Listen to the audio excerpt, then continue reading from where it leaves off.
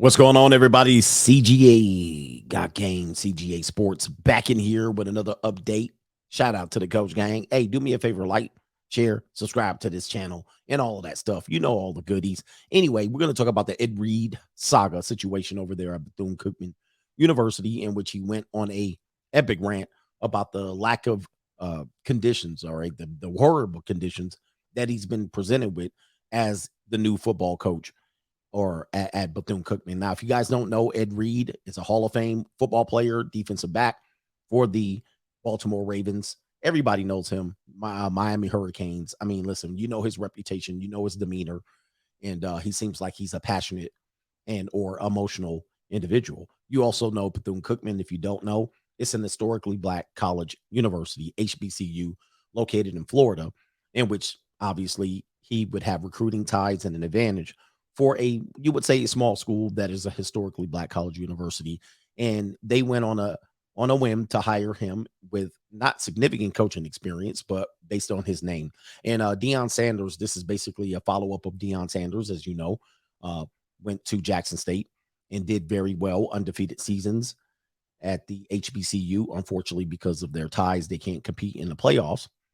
And he went on and took his talents over to Boulder, Colorado. Now, Eddie George has been hired at Tennessee State under the same circumstances, and they're hoping that this name recognition would bring some legitimacy to these football programs. Now, based on my experience, I will tell you, I was a former women's basketball coach and coached at Southern University in Baton Rouge, which is also an historically black college and university. So I'm going to speak on my experience, albeit it was 20 years ago, but what I know about historically black colleges and universities, and talk about the Ed Reed situation. So let's take a look at the Ed Reed meltdown, if you will, and why that's going to negatively affect him. I don't know if they can go forward with this type of relationship, if you will, if Ed Reed is already looking at this in this light. And here's Ed Reed here. Let me go ahead and make this a little bit larger and go ahead and play the video. You want to change.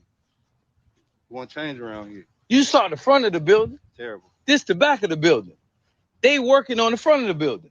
This the same people said, we going to help you build what you want. How I'm going to believe you, man? How I'm going to believe them? Didn't I tell you I don't trust nobody? I'm coming over giving them the same passion and they smiling and laughing in my face. This shit ain't funny. All right, as you can see, he's a little bit upset at the despicable and reprehensible conditions of the Bethune-Cookman University, and I might have to bleep out a little bit of his excitement on this one. And let me just tell you, number one, if you're a football coach, you're probably not doing yourself a favor for recruiting if you're putting out this type of videos. Now, Deion Sanders, on the other hand, did not talk about the things and the conditions specifically that he faced. He made Jackson State look very good over time, and now Ed Reed is kind of showing that, hey, Deion Sanders had a point actually leaving Bethune, leaving Jackson State to go to a which they would call a public white institution. I don't know what they call it, PWI, primarily white institution. They start making up letters at this point, but what's happening is a lot of people were ashamed or actually shamed Deion Sanders for taking that opportunity and wonder why he didn't play the Black Superman and stay with Jackson State. Now, people made a lot of videos on this one. I've already told you my opinion on this one.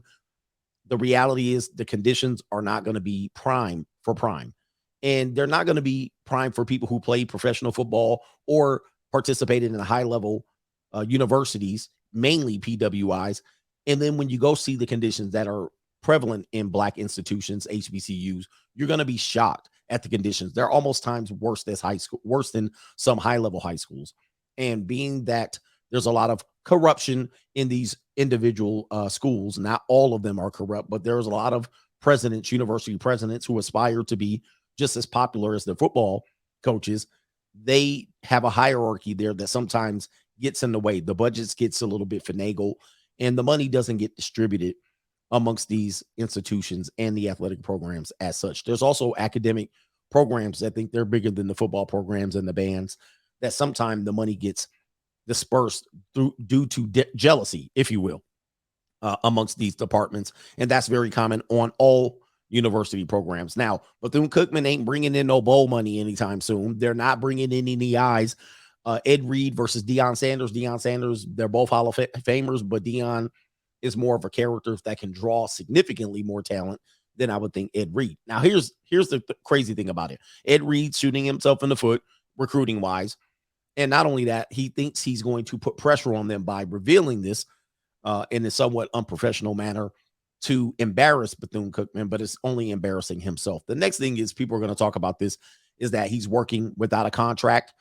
Well, this is very common of university coaches. This is nothing new. A lot of people, coaches in particular, are excited about getting started, excited about the recruiting process, and oftentimes they accept the job and get the ball or hit the ground running in order to secure recruits, get their coaching staff in order, and all of these things. And you might go months without having a legitimate contract. You might have an agreement or a term, an agreement, like a work agreement through the human resource offices or the athletic department that says you have a job here, and they might stipulate what the numbers are, the salary or the income is, so that you can, secure property, secure real estate, secure apartments, and get credit in bank accounts. You might have a work agreement, but working without a contract is very common amongst the coaching profession. So I don't know if that's a big deal as well.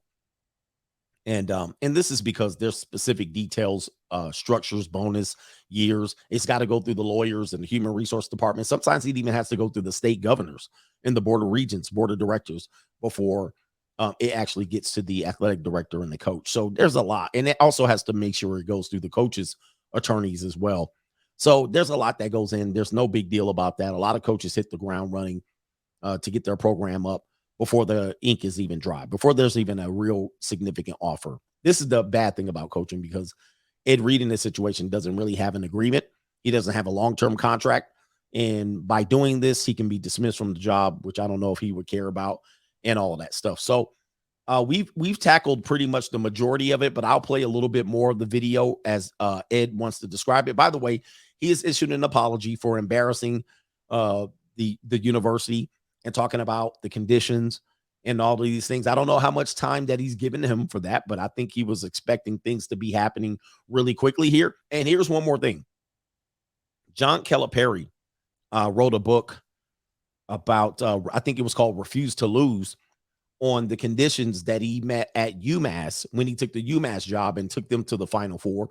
And he talked about unacceptable things being unacceptable when he took the job. And he came from, I think, University of Pittsburgh into UMass, and he came in with, great expectations, and he came in with a lot of excitement. Unfortunately, the people at UMass wasn't that excited about basketball. Last excitement they had about basketball prior to him was Dr. J, and that had been almost a decade and a half. So they weren't really excited about it, and nor were they going to start jumping when he said jump in order to meet his expectations. They're like, you just a basketball coach. All right.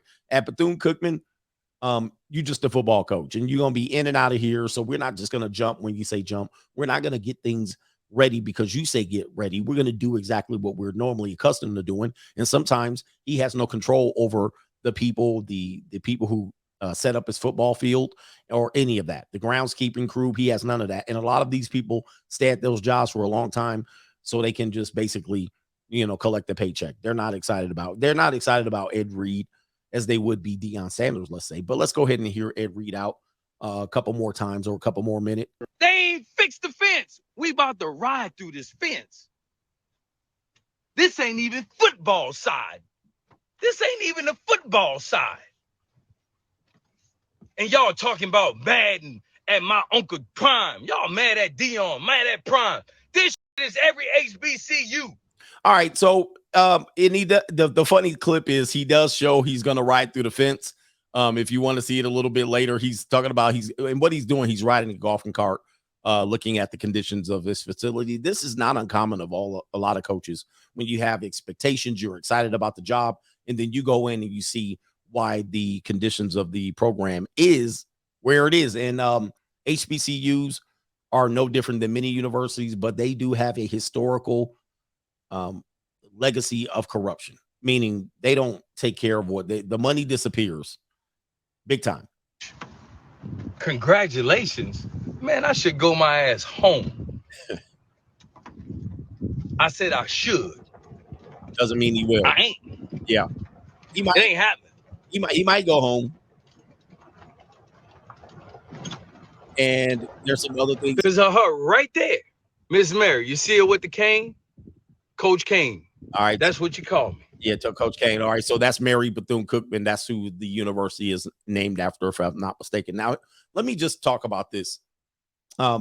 Typically, African American, the community population of people who went to HBCUs or were excited about HBUs potentially returning to the landscape that it was prior to 1980. Obviously, you had, the 50s, the 40s, and into the 1980s, where a lot of major stars came from HBCUs, and a lot of people will believe they believe that they believe that if all of the black kids or the African American athletes took their talents to HBCUs, they can raise the profile of HBCUs and actually put a little bit of heat on the PWI that have been making their names and millions of dollars off the backs of these players, right?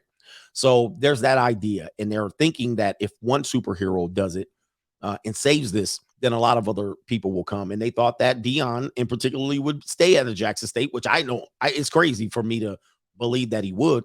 But a lot of people thought that that was the direction he's going. He was going to be the savior superhero and make all the sacrifices, basically nail his hands to the cross for the rest of the HBCUs. And that just wasn't going to happen. Obviously, that wasn't what he was there for. It definitely was a launching pad, a stepping stone job in order to legitimize his coaching experience so he can go to a Division I program and really show off his talents.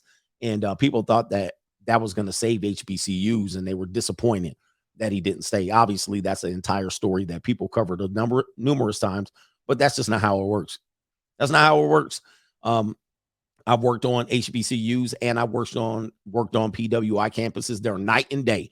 Not only that, the employees are night and day. Many times these HBCUs tend to be 10, 15 years behind technology in terms of registration, recruiting, and so forth, field keeping, and all of that stuff. They tend to be behind. It's just what it is. And that's what Deion Sanders found out and what Ed Reed is going to find out. So if you are somebody that thinks that's how things are going to change, I don't think so. I honestly don't think that will ever happen, but everybody can dream. With that being said, hopefully Ed Reed apology is accepted by Bethune-Cookman, but I don't think Bethune-Cookman has a right to keep him around. I think he's already dug himself a hole in the recruiting talent. And if recruits are not going to come there based on the video that he put out, and this is a recruiting period, then he lost out on an opportunity to build a program there. But I think he'll do fine, in my opinion.